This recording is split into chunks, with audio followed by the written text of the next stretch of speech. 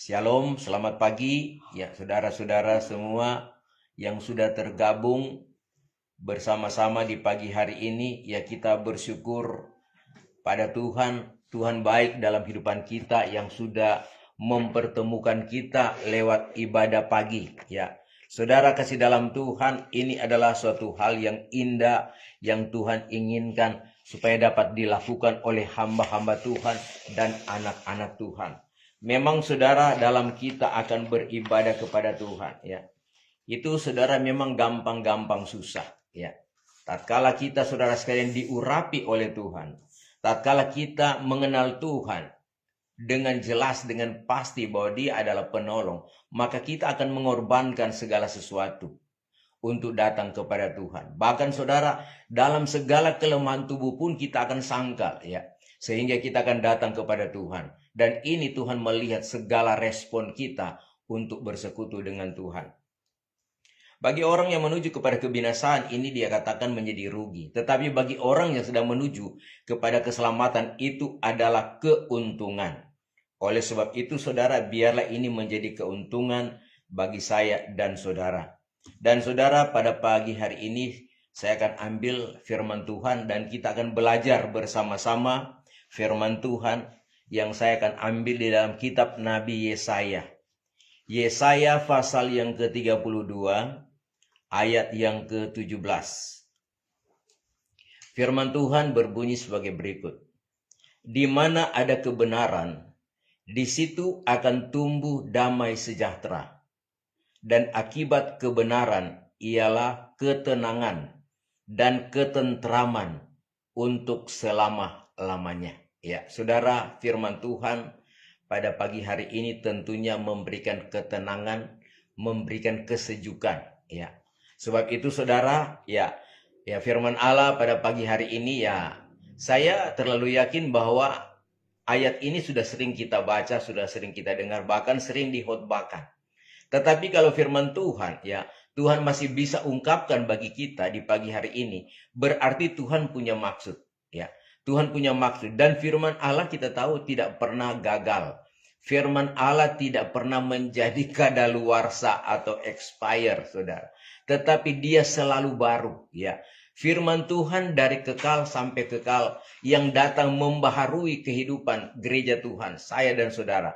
Sebab itu sifat manusia pelupa, sebab itu firman Tuhan selalu diingat-ingatkan ya. Firman Allah perlu diulang-ulangi. Sebab itu ada kitab ulangan, mengulangi kembali ya, bagaimana perjalanan orang-orang pilihan Tuhan, orang Israel dari Mesir, dari Goshen menuju ke tanah Kanaan yang penuh dengan ya air madu dan susu, penuh dengan kesenangan.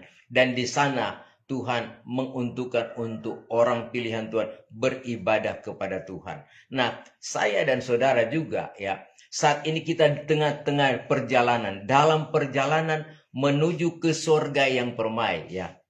Ini saudara sekalian merupakan janji Tuhan. Kalau kita tetap setia, kita tetap mengandalkan Tuhan, maka saudara kita akan meraih ya, kita akan mendapatkan apa yang kita inginkan. Nah, firman Tuhan pada pagi hari ini ya, berbicara tentang kebenaran. Di mana ada kebenaran, di situ akan tumbuh damai sejahtera. Dan akibat kebenaran ialah ketenangan dan ketentraman untuk selama-lamanya. Saudara, berbicara tentang kebenaran ya, di dunia ini tidak ada yang benar ya, karena semua manusia sudah jatuh di dalam dosa ya. Roma 3 ayat 10 dan ayat yang ke-23, tidak ada yang benar. Semua manusia sudah jatuh dalam dosa dan kehilangan kemuliaan Allah, kehilangan kebenaran Allah. Nah, oleh sebab itu Tuhan datang bagi saya dan saudara untuk saudara mengingatkan bahwa sebetulnya kita telah ditebus dari kehidupan yang sia-sia. Dari kehidupan yang menuju kepada kematian, kita ditebus dengan darah yang mahal sehingga kita dibawa kepada keselamatan yang kekal, yaitu sorga. Sebab itu berbahagia orang yang dijemput di dalam pelayanan ya, orang yang dipanggil ya. Kita saudara sekalian dari berbagai ya manusia yang ada di bumi ini. Kita sangat berharga sebab kita bisa merasakan hadirat Tuhan. Kita bisa mengenal Tuhan dan kita masih mendengar firman Tuhan dan kita melihat mujizat-mujizat terjadi, bahkan Roh Kudus tetap berbicara dengan kita. Saudara, berbicara tentang kebenaran, ya. Kebenaran itu saudara sekalian hanya ada di dalam Tuhan kita Yesus Kristus, ya. Sebab itu dikatakan saudara sekalian di dalam Yohanes 17, ya. Yohanes 17 ayat yang ke-17, firman Tuhan berkata demikian, ya. Kuduskanlah mereka dalam kebenaran, firman-Mu adalah kebenaran. Jadi firman Allah adalah kebenaran yang menguduskan, menyucikan kehidupan saya dan saudara dari segala salah dan dosa, ya. Jadi saudara kasih dalam Tuhan, yang pertama kita tahu bahwa kebenaran itu adalah firman Tuhan. Jadi kalau ada firman Tuhan, maka disitulah kita akan mengalami damai dan sejahtera. Kalau ada firman Tuhan di dalam hati, maka kita mengalami ketenangan, ya. Dan saudara kasih dalam Tuhan, yang kedua, ya, sebetulnya firman apa? Kebenaran itu adalah berbicara tentang Roh Kudus, ya. Yohanes 16 ayat yang ke-13, ya. Yohanes 16 ayat 13 dikatakan firman Tuhan begini. Tetapi apabila ia datang, yaitu Roh kebenaran, ia akan memimpin kamu kepada seluruh kebenaran. Sebab ia tidak akan berkata-kata dari dirinya sendiri, tetapi segala sesuatu yang didengarnya, itulah yang akan dikatakannya, dan ia akan memberitakan kepadamu hal-hal yang akan datang, ya. Itu saudara sekalian, ya. Kebenaran ini juga berbicara tentang Roh Kudus, ya. Roh kebenaran yang akan memimpin kita, akan menyertai kita selama-lamanya, ya. Dikatakan dalam Yohanes pasal yang 14, ya. Yohanes 14 ayat yang ke-16 dikatakan, Aku akan minta kepada Bapa dan ia akan memberikan kepadamu seorang penolong yang lain, supaya ia menyertai kamu selama-lamanya, yaitu Roh kebenaran. Dunia tidak dapat menerima dia sebab dunia tidak melihat dia dan tidak mengenal dia. Tetapi kita mengenal dia sebab ia menyertai kamu dan akan diam di dalam kamu. Jadi saudara, berbicara tentang kebenaran adalah berbicara tentang firman Tuhan dan berbicara tentang Roh Kudus. Sebab itu, ya saudara sekalian, pemazmur, ya dikatakan saudara sekalian, Mazmur 43 ayat yang ketiga, suruhkanlah terang dan kebenaran. Jadi dikatakan, suruhlah terangmu dan kesetiaanmu datang, supaya aku dituntun dan dibawa ke gunungmu yang kudus dan ke tempat kediamanmu. Dalam terjemahan lama lebih jelas, ya, dikatakan, suruhkanlah terangmu dan kebenaranmu, supaya keduanya itu memimpin aku dan membawa akan daku ke bukit kesucianmu dan ke dalam tempat kediamanmu, ya. Ini saudara sekalian firman Tuhan, saudara sekalian, yang datang bagi kita, ya, bahwa kita sangat membutuhkan terang dan kebenaran. Kita membutuhkan firman Tuhan dan Roh Kudus, ya. Mazmur 119 ayat 105 dikatakan, firman-Mu itu adalah pelita bagi kakiku dan suluh dalam perjalanan. Jadi saudara, firman itu yang menerangi, ya, dan menuntun kita untuk melangkah. Ya, sebab itu firman Tuhan dikatakan kepada orang-orang Israel, Tuhan katakan, ya, berjalanlah pada kejejakan yang tetap. Jangan menyimpang ke kiri atau ke kanan, ya. Karena kalau kita menyimpang ke kiri atau ke kanan, kita akan jatuh. Kita tidak akan sampai kepada tujuan. Kita tidak akan sampai pada sasaran. Jadi orang Israel banyak yang binasa di padang belantara, tidak sampai ke tanah perjanjian, yaitu Kanaan, karena mereka menyimpang dari kebenaran firman Tuhan, dari jalan-jalan Tuhan, tidak lagi setia kepada Tuhan. Orang yang menyimpang mati di padang pasir. Nah, ini menjadi contoh teladan bagi kita gereja Tuhan di akhir zaman ini. Jangan sampai kita binasa di tengah-tengah padang belantara, ya. Binasa itu berbicara orang yang meninggalkan Tuhan, tidak setia lagi beribadah, tidak setia berdoa, ya, tidak setia lagi membaca Alkitab. ya tidak hidup dalam kebenaran, ya. Itu tidak setia, ya. Sebab itu saudara, ya, kesetiaan ini yang Tuhan inginkan terjadi dalam kehidupan kita. Matius pasal yang ke-24, barang siapa yang setia sampai pada langkah yang terakhir, ya, dialah yang akan diselamatkan. Jadi dalam hal ini kita mengenal kebenaran firman Tuhan, kita tetap setia mengiring Tuhan dalam segala situasi apapun. Mari kita tetap melangkah, kita tetap mengandalkan Tuhan, kita tetap percaya kepada Tuhan. Sebab saudara sekalian, ya, kalau kita tetap yang memiliki firman, kita dalam pimpinan tuntunan Roh Kudus, maka kita saudara sekalian punya jalan yang tepat, tidak salah. Tetapi kita akan melangkah setapak demi setapak, dan itu adalah merupakan mujizat. Sebab dunia, ya, dipenuhi dengan onak dan duri. Dunia dipenuhi dengan berbagai-bagai gejolak, ya. Ini terjadi karena saudara, ya, iblis setan tidak lama lagi dia akan ditangkap, dia akan dirantai, ya. Dia akan dibinasakan ke dalam neraka yang kekal. Nah, sebab itu iblis berusaha mencari pengaruh.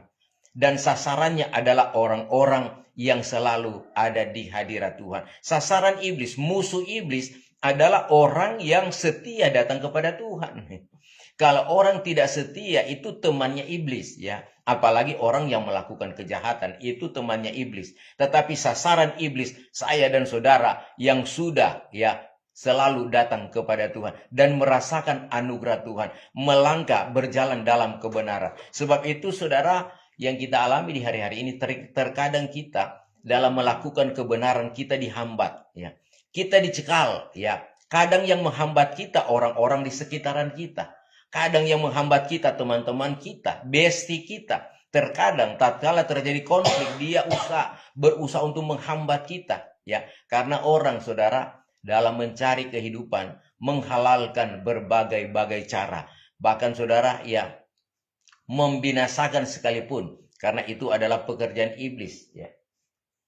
Yohanes 10 ayat yang ke-10 dikatakan bahwa iblis atau pencuri itu datang untuk mencuri, membunuh dan membinasakan. Tetapi Tuhan datang supaya domba itu berkelimpahan. Jadi kalau kita dengan Tuhan, kita akan memiliki hidup yang berkelimpahan, ya.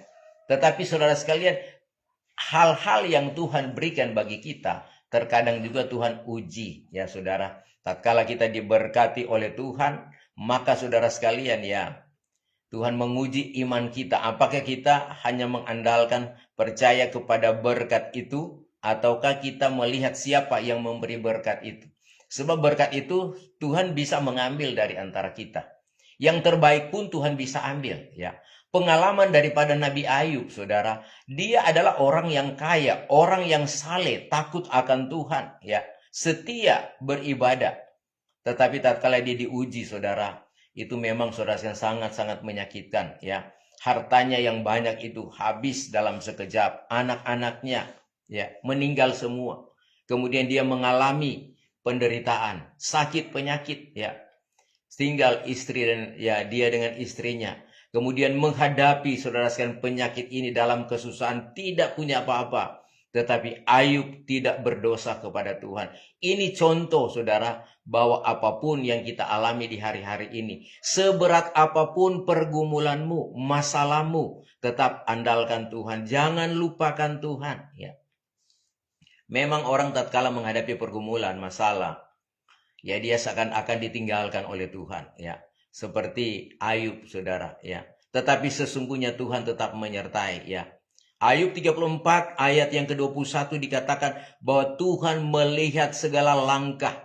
Bahkan dia melihat apa yang kita pikirkan, apa yang ada di dalam hati kita. Itu diperhatikan oleh Tuhan. Dalam keadaan susah Tuhan tahu, ya. Dalam keadaan senang Tuhan tahu, saudara. Bahkan cita-cita kita sebelum terwujud Tuhan tahu. Sebab itu Tuhan memberikan yang terbaik. Nah, saudara kasih dalam Tuhan, kuncinya kita akan memperoleh berkat, yaitu firman Tuhan, yaitu kebenaran. Kita akan mengalami ketenangan dalam hidup, yaitu kita tetap taruh firman Tuhan dalam hati. Kolose 3 ayat yang ke-16, biarlah firman itu memenuhi hidupmu, ya.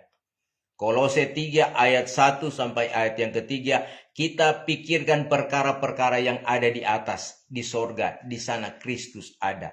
Jadi saudara sekalian, kuncinya dalam kehidupan kita firman Tuhan, ya. Kita tahu bahwa segala sesuatu diciptakan oleh Tuhan hanya lewat firman Tuhan. Firman Tuhan ini ada di dalam kehidupan kita, saudara, ya. Firman Tuhan inilah saudara sekalian yang sudah Tuhan berikan bagi saya dan saudara, sehingga firman Tuhan ini adalah pedoman bagi kita. Jangan sekali-kali kita meninggalkan Tuhan atau melupakan Tuhan. Karena saudara, janji Tuhan ya kepada Raja Salomo, tatkala dia meninggalkan Tuhan, Tuhan akan meninggalkan dia selama-lamanya. Sebab itu saudara, kita pun jangan kita meninggalkan Tuhan, ya.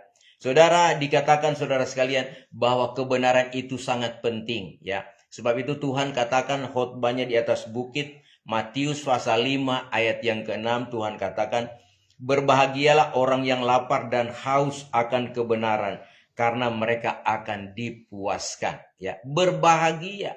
Kita yang selalu saudara sekalian haus dan dahaga akan kebenaran, yang selalu mencari hadirat Tuhan. Saudara yakin ya, kita semua yakin dan percaya kalau di pagi hari ini kita saudara sekalian menyangkal diri, ya. Sebetulnya kita lebih senang untuk tiduran, ya, masih menyenangkan mata, menyenangkan tubuh. Tetapi karena kita cinta kepada Tuhan, maka kita usahakan cari Tuhan, ya.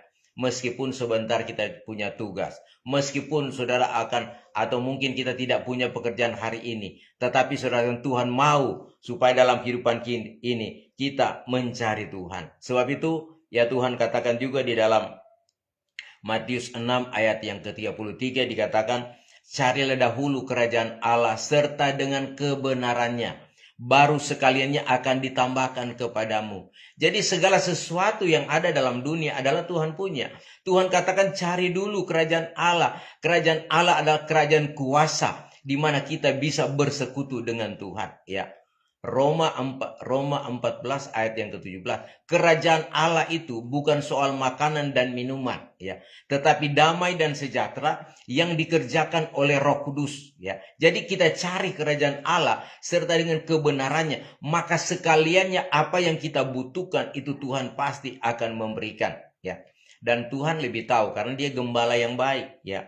Karena dia gembala yang baik, maka dia akan memberikan apa yang menjadi kebutuhan kita setiap hari sehingga kita tidak berkekurangan, ya. Nah, saudara sekalian, memperoleh ketenangan di dalam Tuhan. Memang orang yang hidup dalam Tuhan, dia memperoleh ketenangan, ya. Apa sebab, saudara? Siapa yang dapat mengganggu kita kalau kita ada di dalam perlindungan Tuhan, ya. Di dalam suratan Rasul Paulus kepada jemaat Roma 8 ayat yang ke-31, jika Tuhan di pihak kita, siapakah yang akan melawan kita, ya. Kita tidak akan ya ada lawan kalau Tuhan ada di pihak kita, sebab Tuhan itu maha kuasa, ya. Dan saudara, kita tahu bahwa emas dan perak Tuhan punya. Itu Tuhan katakan bekerja saja, ya. Aku akan menyertai kamu. Bekerja saja artinya saudara sekalian mengerjakan pekerjaan Tuhan, yaitu saudara sebagai hamba Tuhan memberitakan Injil keselamatan, sebagai sidang jemaat yang mendengar firman Tuhan, melakukan firman Tuhan dan setia melakukan firman Tuhan. Nah, saudara kasih dalam Tuhan, dalam persekutuan ini terwujudlah kerajaan Allah. Ada damai, ada sejahtera. Tuhan berbicara lewat firman Tuhan, lewat nubuatan, lewat karunia-karunia Roh Kudus. Sebab itu saudara sekalian ya, kita membutuhkan ketenangan kita datang kepada Tuhan, ya. Meskipun kita ya menghadapi banyak pergumulan, ya. Matius 11 ayat yang ke-29 Tuhan Yesus katakan, ya, pikulah kuk yang kupasang dan belajarlah kepadaku. Karena aku, ya coba baca Matius 11 ayat yang ke-29.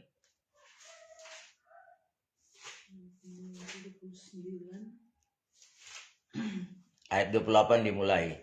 Marilah kepadaku, hai kamu semua yang letih lesu dan yang berbeban berat. Aku akan memberi kelegaan kepadamu.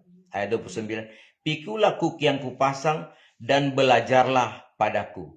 Karena aku lemah lembut dan rendah hati. dan jiwamu akan mendapat ketenangan. Jadi datang kepada Tuhan. Orang yang sudah berlelah-lelah memikul salib, sudah berlelah melayani pekerjaan Tuhan, sudah berlelah berusaha setia kepada Tuhan. Tuhan datang, marilah kepadaku, datanglah kepada Tuhan. Tuhan akan memberikan kelegaan. Ya, demikian juga Tuhan bilang, pikulah kuk yang kupasang dan belajarlah kepada Tuhan. Ya, karena Tuhan lemah lembut dan rendah hati, jiwamu akan mendapat ketenangan. Jadi ketenangan di dalam dunia ini kita tidak akan mendapatkan meskipun kita punya bangunan gedung yang mewah, megah, kita punya security yang banyak, kita punya perlindungan harta, kita punya tempat-tempat yang mungkin terasing, kita mungkin punya bunker di bawah tanah, tetapi tidak aman. Ya, tatkala bom datang maka itu akan hancur dan satu kali kita akan keluar. Tetapi perlindungan yang sesungguhnya hanya di dalam Tuhan. Sebab itu firman Tuhan katakan, hanya dekat Allah saja aku tenang. Daripada Tuhan datang keselamatan. Jadi kita pun saudara, kalau kita tetap beribadah kepada Tuhan, pastikan bahwa ketenangan, kenyamanan dalam kehidupan kita. Sebagian orang mungkin saudara sekalian menertawakan atau saudara yang menganggap kita ini ya orang-orang yang bodoh ya. Seharusnya kita masih tidur-tiduran ya, masih mengikuti kehendak daging. Tetapi saudara sekalian, kita melihat pengalaman-pengalaman hamba-hamba Tuhan. Mereka tidak mengindahkan nyawa mereka. Yang penting mereka dapat melaksanakan tanggung jawab. Ya, Rasul Paulus katakan ya dalam Kisah Rasul pasal yang ke-20 ya, ayat 22 dan selanjutnya. Kita pun saudara sekalian, karena kita melihat sasaran, kita melihat rencana Tuhan, janji Tuhan tentang sorga, maka kita dengan usaha yang tiada tahu malas, tidak mengenal lelah, setiap pagi kita datang kepada Tuhan, beribadah kepada Tuhan. Karena semua yang kita kerjakan itu ada catatannya Tuhan. Ya, Maleakhi 3 ayat yang ke-16, ada buku harian, ya, senantiasa mencatat. Jadi tatkala kita datang kepada Tuhan di pagi hari ini, Tuhan mencatat. Ya, bahkan saudara sekalian dalam ibadah pun Tuhan mencatat, Tuhan mengukur. Ya, Wahyu pasal yang ke-11. Ayat 1, ayat yang kedua, ya, kita pun diperhatikan oleh Tuhan lewat ibadah. Orang yang beribadah kepada Tuhan, Tuhan tahu yang sungguh-sungguh dan yang setengah-setengah hati. Tuhan tahu. Sebab itu saudara, kita diingatkan kalau kita beribadah, mari kita sungguh-sungguh, ya. Kita lebih baik dengar-dengaran daripada segala korban, ya. Karena kalau korban pun, ya, kita seringkali saudara sekalian tidak dengan segenap hati, tidak tulus, ya Tuhan tidak akan terima. Seperti orang Israel ya. Dalam Yesaya pasal 1 ya. Kita melihat bahwa meskipun mereka sudah mempersembahkan yang terbaik, tetapi Tuhan menolak. Apa sebab? Kelakuan mereka, cara mereka, kejahatan mereka itu sudah ya sangat besar ya. Meninggalkan Tuhan, melawan Tuhan. Bahkan tatkala mereka beribadah ya, mereka mencari ya saudara sekalian, mengucap syukur ya, Tuhan tidak hadir. Apa sebab? Kehidupan yang tidak berkenan kepada Tuhan.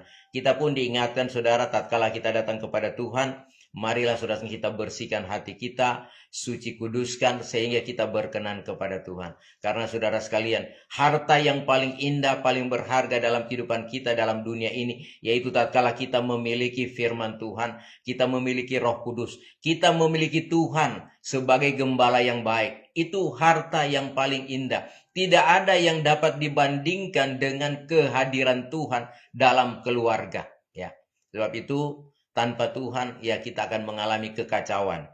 Keluarga akan hancur tanpa Tuhan. Ya, hidup kita akan hancur tanpa kebenaran firman Tuhan. Tapi kalau kebenaran ada, maka kita akan tenang. Keluarga kita akan damai dan kita akan melihat acara-acara Tuhan ke depan. Sebab itu setialah sampai pada langkah yang terakhir. Karena yang menentukan kita masuk dalam kerajaan sorga, kesetiaan kita. Setia melakukan firman Tuhan, apa kata Tuhan lakukan, beribadah, membaca firman Tuhan, dan terkadang kita harus berpuasa. Ya, ini yang harus kita lakukan, dan semua yang kita lakukan yang terbaik, pasti itu tidak akan sia-sia.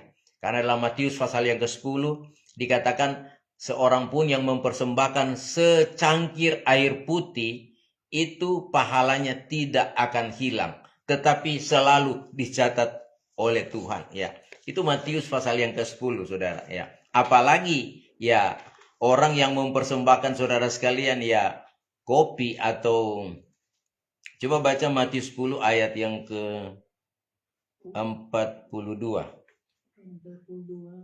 Dan barang siapa memberi air sejuk secangkir saja pun kepada salah seorang yang kecil ini, karena ia muridku, aku berkata kepadamu, sesungguhnya ia tidak akan kehilangan upahnya daripadanya. Ini janji Tuhan, saudara, ya.